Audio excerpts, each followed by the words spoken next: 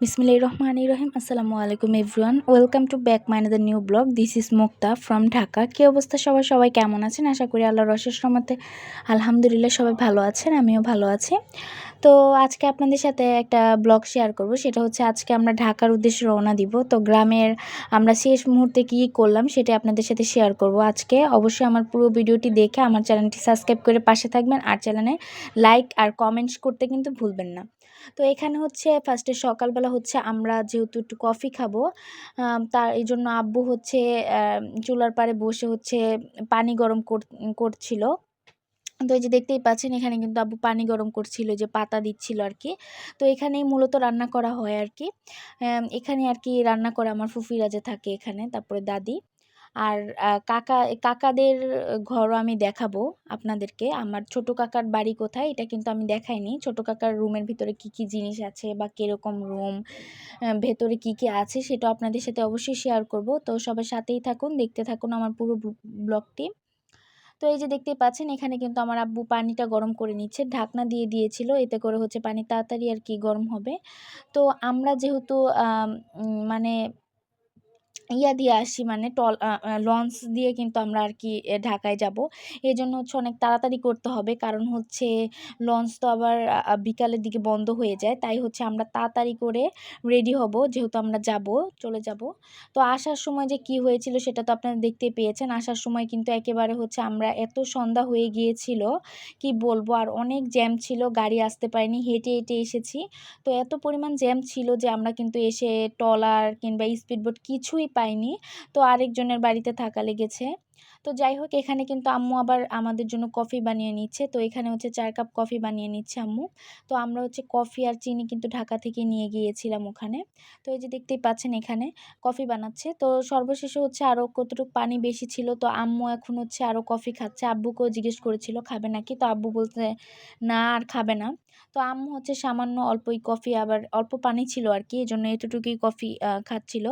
তো তারপরে হচ্ছে এখানে আমরা সবাই কাপড় গুছিয়ে নিচ্ছিলাম আর কি। সবাই বলতে আমার ভাইয়া হচ্ছে সব কাপড়গুলো ভাঁজ করে নিচ্ছিল, ভাইয়া আর আম্মু। আর আমি তো আপনাদের সাথে সব শেয়ার করছি, কি কি করছি, কিভাবে আমরা রেডি হচ্ছে আর কি। তো এই যে দেখতেই পাচ্ছেন এখানে কিন্তু দেখেন কত কাপড় আর কি। তো এর ফাঁকে হচ্ছে দেখিয়ে দিলাম আপনাদেরকে আমাদের রুমে কী কী আছে আর কি।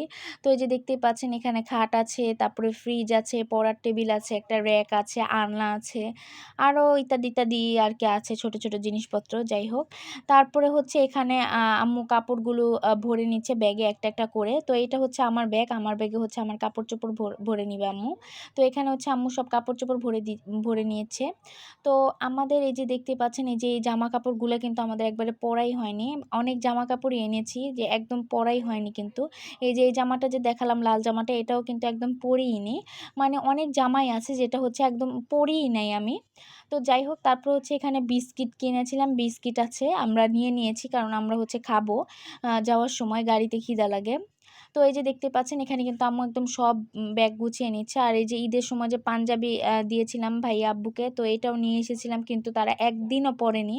আর আজকে হচ্ছে শুক্রবার, আজকে তো আমরা নামাজের আগে চলেই যাব যেহেতু, তাই হচ্ছে আর পরা হবে না, আর এখনও পরবে না, কারণ আজকে অনেক গরম পড়েছে। এই যে একটা নতুন গামছা এনেছি, এটাও কিন্তু ব্যবহার করা হয়নি। হুম, অনেক কিছু আর কি পরা হয়নি। আম্মু হচ্ছে অনেক জামাও পরেনি, মানে হচ্ছে এই যে দেখতে পাচ্ছেন একটা যে নেভি ব্লু কালার জামা, তারপরে হচ্ছে গোলাপি কালার জামা, এগুলো কিন্তু একদম পরাই হয়নি। তারপরে সাথে করে আরও নিয়ে এসেছিলাম লাইট, তারপরে হচ্ছে আমার কিছু সুনু, তারপরে প্রয়োজনীয় জিনিসপত্র আর কি, তারপরে কিছু ওষুধপত্র। তো যাই হোক, এগুলা গুছিয়ে নিল আম্মু, সব কিন্তু একদম গুছিয়ে নিয়েছে, আরও এগুলো সব গুছিয়ে নিচ্ছে আর কি। তো যাই হোক, আসলে গ্রামে আসতেও যেরকম যন্ত্রণা, যেতেও যন্ত্রণা। মানে নিজের যদি একটা রুম না থাকে আর কি, তাহলে কিন্তু অনেক কষ্ট। তো আমরা আসলে চেয়েছিলাম কিন্তু আমাদের একটা রুম দিয়ে দিতে, এই রুমটাই দিয়ে দিতে, কিন্তু যেহেতু তারা ঝগড়াঝাটি করে আর কি, তাই কি আর বলবো, আর বলার ভাষা নেই। আর আপনাদের সাথে তো আমি সব গল্প শেয়ারই করেছি। তো এদিকে দেখেন ওই যে আমার ফুফাতো বোন বসে আছে, তারপরে যে প্রথম দুইজন হচ্ছে ফুফাতো বোন যে চেয়ারে বসে আছে, তার কুলে যে একজন বসে আছে, এই দুজন হচ্ছে ফুফাতো বোন, আর এই পাশেরটা হচ্ছে আমার চাচাতো বোন। তো এখন দেখা হচ্ছে আমার ছোট কাকির ঘর। তো এটা হচ্ছে ছোট কাকির রান্নাঘর। আর এটা হচ্ছে আরকি আমার ছোট কাকির রুম আরকি, রুমটা। তো যে দেখতেই পাচ্ছেন রুমটা আমার ছোট কাকির। আম মানে হচ্ছে আমার ছোট কাকি কিন্তু গুছানো। মানে আমাদের গ্রামের বাড়িতে মানে আমার ফুফুরা কিংবা আমার কাকি তারা কিন্তু অনেক পরিষ্কার, মানে এত পরিমাণ পরিষ্কার যে ঝকঝক চকচক করে সবকিছু। তো আমার কাকি হচ্ছে একটু বাইরে গিয়েছিল আরকি। বিয়ে ছিল নাকি উনার কি দাওয়াত ছিল। যাই হোক উনার সাথে আমি এত কথা বলি না, জানিও না। তাই গিয়েছিল আরকি, এজন্য হচ্ছে ঘরের এই অবস্থা। তো যাই হোক যতটুকু আছে আরকি আপনাদের সাথে শেয়ার করলাম। তো তারা আরকি ডেকেছিল হচ্ছে আমাদের খাওয়ানোর জন্য। মানে আমরা যে এতদিন ছিলাম, তখন যে আমরা এত না খেয়ে ছিলাম, তখন একটা বারও কিন্তু আমার কাকারা ডাকেনি আমাদেরকে যে, "আসো তোমরা হচ্ছে এই বাড়ির সন্তান, তোমরা তো খাবা, আমাদেরটাকে খাও।" তো তারা কিন্তু ডাকেনি। যেই দেখেছে আমরা চলে আসবো, ব্যাগ-ট্যাগ গুছিয়েছি, সেই হচ্ছে আমাদের ডাকছে, "আসো খেয়ে যাও, না খেয়ে তো যাওয়া যাবে না।" মানে নানান কথাবার্তা আরকি। তো তারপরে হচ্ছে আমরা যে ৫ বছর আগে গিয়েছিলাম, তখন হচ্ছে আম্মু এই হাঁড়ি পাতিলগুলো কিনেছিল আরকি। এখানে ৳৫,০০০ র জিনিস কিনেছিল। কিন্তু যার বাড়িতে রেখেছিল সে হচ্ছে অনেক কিছুই দেয়নি।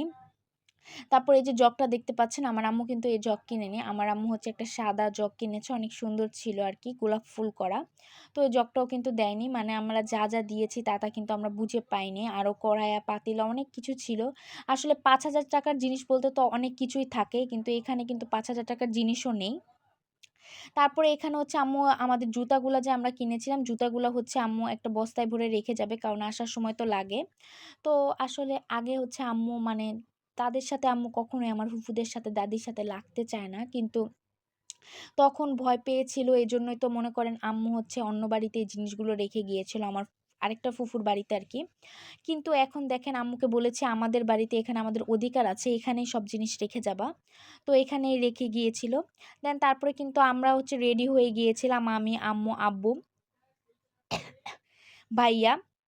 তো আমরা কিন্তু সবাই রেডি হয়ে গিয়েছিলাম। দেন আমরা কিন্তু এখন চলে যাচ্ছি। আ একদম বিদায় দিয়ে, এই যে বাড়িকে বিদায় দিয়ে চলে যাচ্ছি। দেখেন আমাদের সাথে কিন্তু একটা লোকও কথা বলে না এবং আমাদের এগিয়ে দিতেও কিন্তু কেউ যায় না। কারণ কি জানেন? কারণ তারা আমাদেরকে ভালোই বাসে না। তো এই যে দেখতে পাচ্ছেন আম্মু যে একটা চাচির সাথে কথা বলছে, এই চাচি কিন্তু আমাদের অনেক আদর করে। মানে উনার ভালোবাসার কথা, মানে উনি যে আমাদেরকে এত পরিমাণ যত্ন করেছে, এত পরিমাণ ভালোবাসা দিয়েছে, উনার স্মৃতিগুলা ভুলার মতো না। আসলে উনি আমাদেরকে এত পরিমাণ ভালোবেসে। তো যাই হোক তারপরে এই যে দেখতেই পাচ্ছেন ফরিদপুরকে বিদায় দিয়ে এখন আমরা ঢাকায় চলে যাচ্ছি। তো এখন অবশ্যই আমার দাদিরা, আমার ফুফুরা খুব খুশি হয়েছে আরকি। আমরা চলে গেলেই উনাদের শান্তি, আমরা আসলে উনারা পছন্দ করে না। যাই হোক যেহেতু আমাদের ঢাকায় অনেক কাজ আছে, এখানে থাকলে তো হবে না। তবে আমরা আবার আসবো। সেই ভিডিওটা আপনারা দেখতে পাবেন। ঢাকায় কিছু কাজকর্ম আছে। যেহেতু আমি পরীক্ষা দিব। অনেক ভার্সিটিতে পরীক্ষা দিতে হবে। তাই হচ্ছে আরকি এখন আমরা চলে যেতে হবে আরকি। কিন্তু আমার আব্বু কিন্তু আমাদেরকে রেখে যাওয়ার জন্য এখানে এনেছিল। কিন্তু আর তো আমরা থাকলাম না। আমরা চলে যাব কারণ ঢাকায় তো কাজ আছে। তো যাই হোক তারপর আমরা চলে গিয়েছিলাম। আর গাছ থেকে তেঁতুল পেড়েছিলাম। আরেকটা হচ্ছে বাঙ্গি ছিল আরকি। তো ওই তেঁতুল আর বাঙ্গিটাও আম্মু নিয়ে নিয়েছিল ব্যাগের মধ্যে। আর তেঁতুল কয়েকটা নিয়েছিলাম ব্যাগে, কারণ ও বাসে উঠলে অনেক মাথা ঘুরাবে, তখন হচ্ছে তেঁতুল খেতে হবে। তো এখানে দেখেন আমার একটা কাকিকে আম্মু সালাম করছে। তো কাকি অনেক আদর যত্ন করছে। তো আমার এই কাকিটা কিন্তু অনেক ভালো। আপনারা সবাই আমার এই কাকির জন্য দোয়া করবেন। তো আমার কাকা হচ্ছে অনেক আগে মারা গিয়েছে। প্রায় মনে হয় ১০-১২ বছর হয়েছে আরকি। তো এই কাকিও হচ্ছে একা লড়ে এত, মানে তার শ্বশুরবাড়ি নেওয়া তো মুখের কথা না। যেহেতু অনেক কাকির তখন অল্প বয়সী ছিল, তার হাসব্যান্ড মারা গিয়েছে আমার কাকা। তো আসলে এই শ্বশুরবাড়িতে টিকে থাকা কিন্তু অনেক ব্যাপারের। মানে অনেক কষ্টের একটা ব্যাপার। তো সে যে একটা টিকে আছে, তারপরে রাস্তার পাশে বাড়ি করেছে। অনেক কষ্ট হয়েছে আরকি তার। তো আপনাদের সাথে তো উনার গল্পটা শেয়ার করেছিই আমি। তো এখন হচ্ছে আম্মুও চলে যাচ্ছে। তো আব্বু আর ভাইয়া কিন্তু একদম আগে গিয়ে আমাদেরকে বকাবকি করছিল যে আমরা কেন রাস্তাঘাটে এত কথা বলছি, আমরা তাড়াতাড়ি যাবো। কারণ পরে গেলে হয়তো ট্রলার মানে লঞ্চ ধরতে পারবে না, স্পিড বোট ধরতে পারবে না। এজন্য আরকি। তো ফার্স্টে আগে যেতে পারলে ভালো।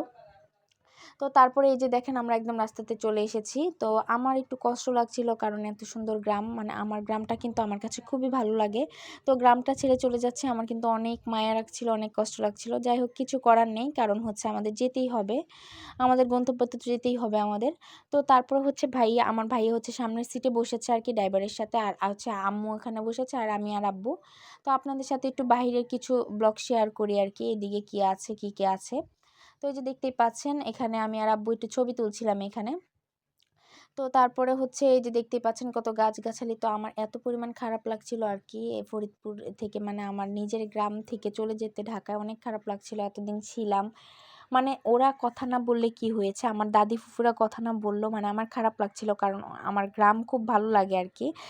মানে অনেক সুন্দর, বাইরে বের হলেই হচ্ছে সবুজ প্রকৃতি দেখে, অনেক গাছগাছালি আছে রাস্তার পাশে, মানে সব মিলিয়ে হচ্ছে অনেক ভালো লাগে আমার গ্রাম। আপনাদের কার কার কাছে হচ্ছে গ্রামের বাড়ি ভালো লাগে অবশ্যই কমেন্ট করে জানাবেন, আর কার কার কাছে শহর ভালো লাগে সেটাও কমেন্ট করে জানাবেন। তো এই যে দেখতেই পাচ্ছেন, আমরা কিন্তু আসলে গাড়ি খুব দ্রুত চলছে আর কি, তাই হ্যাঁ, আমি মোবাইলটাও ধরে রেখেছি যে খুব দ্রুত দ্রুত চলছে। তো যাই হোক, এখন হচ্ছে আমরা ট্রলারে ওঠার পর হচ্ছে একবার আপনাদের সাথে কথা হচ্ছে। তো সেই পর্যন্ত সবাই আমাদের সাথেই থাকুন আর দেখতে থাকুন পুরো ভিডিওটি। তো আসলে আসার পরে আমরা কিন্তু দাদাবাড়ি আসার পরে সব সময় প্রতিবারই কিন্তু এরকম কষ্ট করি। এখন হচ্ছে আমরা চলে যাচ্ছি, এই যে এদিকে হচ্ছে মণিকোঠা বাজারে চলে এসেছি। তারপর হচ্ছে আমরা মানে এর সামনে আরও অনেকগুলো বাজার আছে, আমি সবগুলোর নামও জানি না। যাই হোক, তারপরে এই যে দেখতে পাচ্ছেন অনেক বাজার আর কি, এখানে কিন্তু আজকে হাট বসেছে আর কি, শুক্রবার যেহেতু এখানে অনেক হাট বসে। আর রাস্তায় বের হলেই শুধু তরমুজ আর তরমুজ, মানে এবার কিন্তু অনেক পরিমাণ তরমুজ দেখছি আর কি, যেখানে যায় ওখানেই। তো যাই হোক, আসলে গ্রামের পরিবেশটা ভালোই লেগেছিল যতদিন ছিলাম। এখন ঢাকায় যাচ্ছি, এখন বাসার মধ্যে বন্দি হয়ে যাব। একটা বাসায় মনে করেন একটা ফ্ল্যাটে আমাদের অনেক লং সময় থাকা লাগবে, কোনো প্রয়োজন ছাড়া তো আর বাহিরে নামি না, তাই আর কি এখন বন্দি হয়ে যাচ্ছে। আর গ্রামে থাকলে তো এদিক ওদিক ঘোরা যায়, তারপরে গ্রামের আলো বাতাস পাওয়া যায়, তারপর অনেক ঠান্ডা।